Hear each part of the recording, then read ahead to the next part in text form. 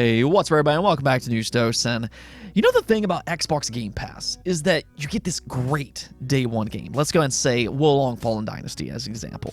And you're like, man, this is awesome. So you go out and play it, you're enjoying it and everything, but then like a week later, they announce more of these exciting games. It just never really stops. There's always something to play.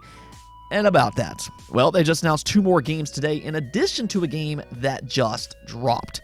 On top of that, it looks like maybe 3 more major titles will be making their way sometime relatively soon, which will actually be Xbox's first for this all-time great franchise. Now, do keep in mind, this also appears to be good news for other platforms as well, and actually, speaking of that, we do also have some Nintendo news today as they suggested they might continue their relationship with a beloved third-party franchise.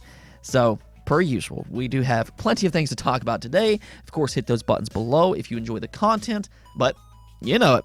Let's just go and jump right into it. Starting off with a day one PlayStation Plus extra title being Tchia. Tchia is officially available today, and with that, reviews are also out now. As of this moment, it has a fairly solid overall score on Metacritic with a 79. From what I've seen and heard, the Zelda Breath of the Wild comparisons are absolutely undeniable when it comes to this game, which, I mean, if you like Zelda Breath of the Wild, Tchia might be right up your alley. It has a lot of similar mechanics such as its stamina, gliding, and just how the overall world is laid out. But if you also want a little bit of a different take on a game like that, it does also appear to be a unique game in other aspects. As an example, it does have this soul jumping mechanic to it where you can jump into different animals for a limited amount of time. That's a great way for you to traverse in this game, and I'd say, if anything, most critics do seem to enjoy its gameplay. It has a beautiful world to explore, and it just seems like it could be a fun overall adventure game. Again, it did launch directly into PlayStation Plus Extra Day 1, so hey, if you're subscribed, maybe go ahead and give Tchia a try if you want a more mellow, down-to-earth experience, or if you just want another Zelda-like game. It is available right now. Now, unfortunately, in the increasingly digital age of games, EA just announced several games will be delisted soon on digital storefronts, and yeah, these are actually pretty good games, all things considered. As you can see here, they say, starting April 28th, 2023, Battlefield 1943, Battlefield Bad Company 1 and 2, and Mirror's Edge will be removed from digital storefronts, and you will no longer be able to purchase them. This is in preparation for the retirement of the online services for these titles, which will happen on December 8th, 2023. For Bad Company 1 and 2 and Mirror's Edge, you can still continue playing them and use their respective offline features, such as the single-player campaign. So, I mean, this type of stuff is bound to happen eventually when it comes to games that have a big focus on multiplayer, but to be fair, Bad Company has a pretty good single-player campaign as well. I know my friend used to love these games, and then as for Mirror's Edge, I'd say that's a lot more on the iffy side of things. This is strictly a single-player focused game, a very good one at that, but I guess technically it does have online time trials for its leaderboard. Still though, I don't know about this one. It just seems strange to delist these particular games. I wonder if maybe there's some licensing issues going on here as well, but hey, the good news here, or a silver lining, I guess, is that you can pick up Mirror's Edge right now on Steam for $5 as a part of their Steam Spring Sale. I do highly recommend this game if you haven't already played it. It's aged very well, both in terms of gameplay, as it's a very unique game with its parkour platforming, as well as with its art style. It still does look pretty good to this day. Definitely one of the more memorable PS360 titles, if anything else. Thankfully, though, 3 of these games are available physically, so they won't necessarily disappear forever. You can still buy them secondhand and all that type of stuff. Unfortunately, for Battlefield 1943, however, that was a digital-only title, so it will just be gone, period. I'd say, though, this is just yet another example on why it's great to have both digital and physical options. Oh, and we also got an update for Crash Team Rumble. This is that new multiplayer-driven Crash Bandicoot game, and really up to this point, we haven't gotten too much information on it, but they did change that today. Some different channels are covering its gameplay, such as the Canadian guy A. I will drop a link to his video in the description below if you want a more in-depth look into this game and its gameplay. But one thing that has abundantly become clear, the reason many of us don't really know how to exactly categorize this game is for a very good reason, and that's because Crash Team Rumble is its own thing. They're kind of describing it as a 4 versus 4 strategy competitive multiplayer, but at the end of the day, it's really just a unique game where you try to collect 2,001 per fruit before the other team does. Each character has their own unique abilities, and then you can also choose among various power-ups to further differentiate each character. I actually think that it sounds quite fun on paper. No, it's not necessarily Crash 5. I know a lot of us are still waiting for that one. I very much want that game myself. I love Crash Bandicoot, but Crash Team Rumble fits in line with Crash Team Racing, where we have a nice competitive Crash to play in the meantime. And again, I do think that it looks interesting. I am, however, a little surprised with its pricing. They just announced that it'll release on June 20th for $30 US, which comes included with 5 playable characters and a premium battle pass for Season 1. You, however, can also get the Deluxe Edition, which comes with Season 2, amongst several other bonuses. And hey, if you pre-order, you'll also get access to its early beta, which will run from April 20th to the 24th. Again, though, with this being a live service game, I do kind of wonder about its pricing. I feel like this game could be maybe better served as a free-to-play game, because I think that it would help it get more players and see if it can really take off. But we'll see if this game can find success with that $30 price tag when it releases on June 20th. At the very least, though, they did also confirm it supports crossplay, which should help with its player count. Let's just go and talk about Xbox Game Pass, though, or just Xbox Game galore, because it is constant anymore. There's always something new and interesting to play, including, well, today, because they just dropped Ni no Kuni 2. This is yet another day one title for Xbox gamers out there, and it's a good, solid game for fans of JRPGs. It's just a charming, wholesome game with a Studio Ghibli art style to it. I don't think it's necessarily quite as good as the first game, though, but that's kind of the thing, because as of today, you can now play both Ni no Kuni 1 and Ni no Kuni 2 in Xbox Game Pass. You just love to see it, and more so, it's just nice to see Xbox get more of these beloved Japanese games this generation. This is something that they sorely lacked on the Xbox One, but Team Xbox has done a really good job at bettering their Japanese lineup for the Xbox Series. More on that here in actually just a second. But first, let's talk about some confirmed games, as they just announced MLB The Show 23 and Infinite Guitars will be coming to Xbox Game Pass later this month. Both of these games are yet again, because why not, day one games, and both are actually, well, interesting. I mean, I think the pedigree for MLB The Show kind of speaks for itself. It has been a critically acclaimed franchise for well over a decade. But this is the third year in a row that the series will be debuting day one into Xbox Game Pass. I mean, this was a monumental announcement just a few years back, because technically, MLB The Show is a first-party, PlayStation-developed franchise which was exclusive up until then. But the MLB organization wanted to make some changes. They wanted MLB to be more multi-platform, and in order for PlayStation to keep that license, they needed to go ahead and adhere to that. And well, here we are today with Xbox basically leading the way with its Game Pass partnership.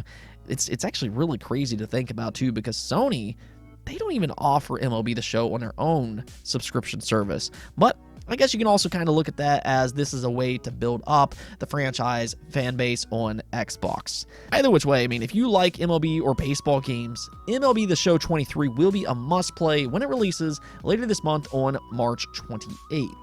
As for Infinite Guitars, this game's going a little bit more under the radar, but that's really always one of the things that I love about Xbox Game Pass. It highlights previously underlooked games, and when it comes to Infinite Guitars, if anything else, I think it looks unique, and for that reason, it looks interesting. It's a rhythm RPG where instead of battling it out with swords and axes and things like that, you instead use your trusty guitar in an anime-esque art style. It's hard to tell how this game will turn out, but it's kind of piqued my interest here, and if it has you as well, you can check it out when it releases on March 30th. That's not quite all of the Xbox Game Pass news, though, because there's also a huge rumor circulating right now that some major games could be announced for Xbox Game Pass relatively soon. And this is for you fans of JRPGs out there, as Shin Megami Tensei 3, 4, and 5 will supposedly be announced on May 6th as a part of the franchise's anniversary. Now, there's some pictures circulating of its announcement that's leaked out online. I'm not going to post that on my channel for copyright-related reasons. I don't know if they'd actually do anything for just pictures alone, but just to kind of be cautious here, I included those pictures in the description below. Nonetheless, I mean, these leaked images reveals all 3 titles will be announced for Xbox, Steam, and the Nintendo Switch. But that would mean that Shin Megami Tensei 4 will be coming to new platforms. Shin Megami Tensei 4, as of this moment, and this is the thing here, Shin Megami Tensei 4 is exclusive to the 3DS. So this would actually be pretty big news for all platforms involved. As for the rumor itself, this seems to have originated from 4chan, which I know that can raise some red flags and everything, I understand, but I do think that there are some reasons this could maybe be plausible. The first of which is that this is actually not the first time that we've heard this rumor. In fact, late last year, I believe it was Nick Baker over on the Xbox Era podcast that said he had heard Atlus was working on an Xbox port of Shin Megami Tensei, which included, yes, Xbox Game Pass releases. More so, if you think about it, Atlus has been a big supporter of Xbox Game Pass as of recent, releasing Soul Hackers 2, you have Persona 3, Persona 4, and Persona 5 into Xbox Game Pass.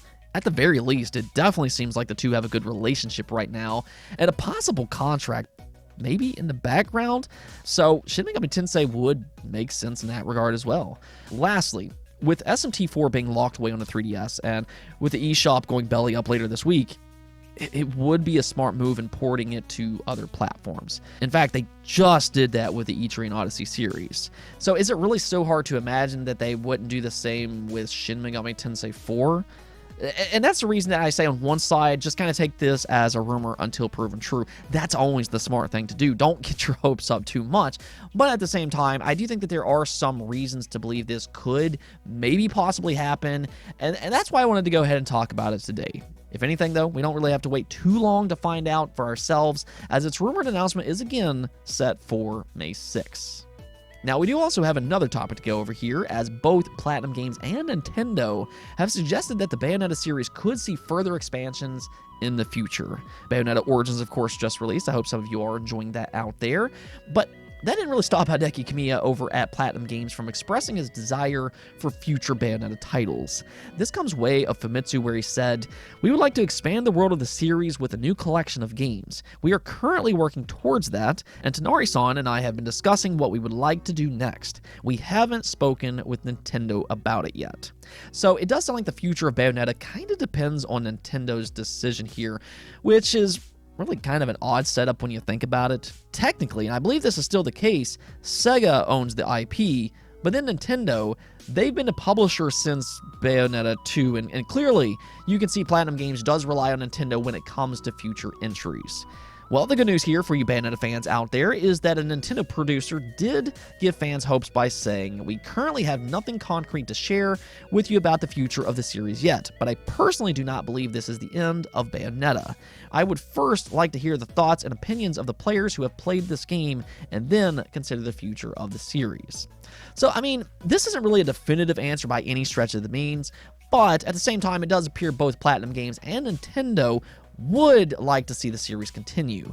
Here's kind of the thing, though. Bayonetta 3, that game seems to have put up some good numbers. It sold more than 1 million copies, which I'd say that's pretty good for a franchise like this. It's always been a little bit more on the niche side of things, but with it having a fairly solid fan base, and with it also reviewing well, I do think that Nintendo kind of looks at Bayonetta as a great way to diversify their lineup. It's just so much different than some of their other games, and Nintendo, they're smart about this type of stuff. They realize that not every single game needs to sell 10 million plus units. Take a look at something like the Xenoblade series as an example, which sells right around that 1.5 to 2 million mark, or something like Splatoon, that's more of your 10 million plus seller.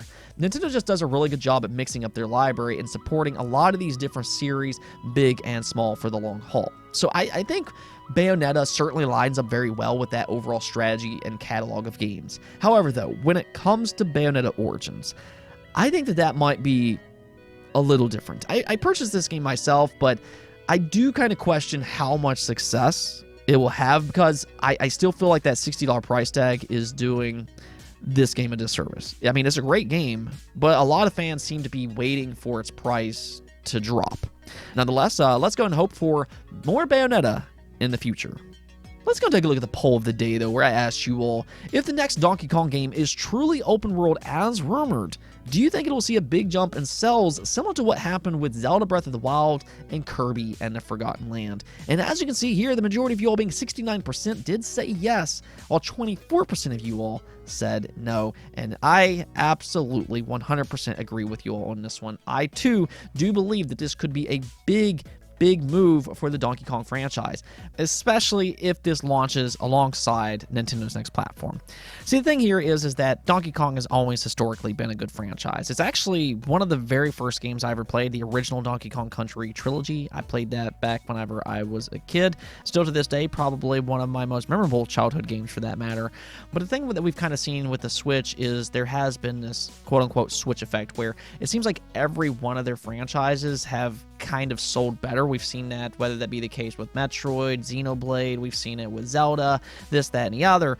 But specifically when it comes to Zelda, this game saw a massive boost, and we're also seeing a pretty big boost when it comes to Kirby and the Forgotten Land. That transition to 3D for Kirby has proven to be a success. And then when you look at Zelda Breath of the Wild, previously the best-selling Zelda game was Twilight Princess at around 9 million units sold. So, I mean, it was a massive jump with Zelda Breath of the Wild, which has sold nearly 30 million units, which is absolutely crazy to this day. But I think that we've kind of seen the results throughout this generation. Some of these transitions that Nintendo has made has really paid off, and I see no reason to believe otherwise with Donkey Kong, especially if it launches alongside that next Nintendo console and is also of high quality, which I do believe will be the case. Either way, I think it sounds like a phenomenal game on paper, and I'm really excited if this does indeed turn out to be true. Anyways, though, that's it for this episode. But if you liked the video, don't forget to pound the notification and subscribe button for more content just like this. Also, if you'd like to support the channel through Patreon, thank you for making this content possible. Peace out.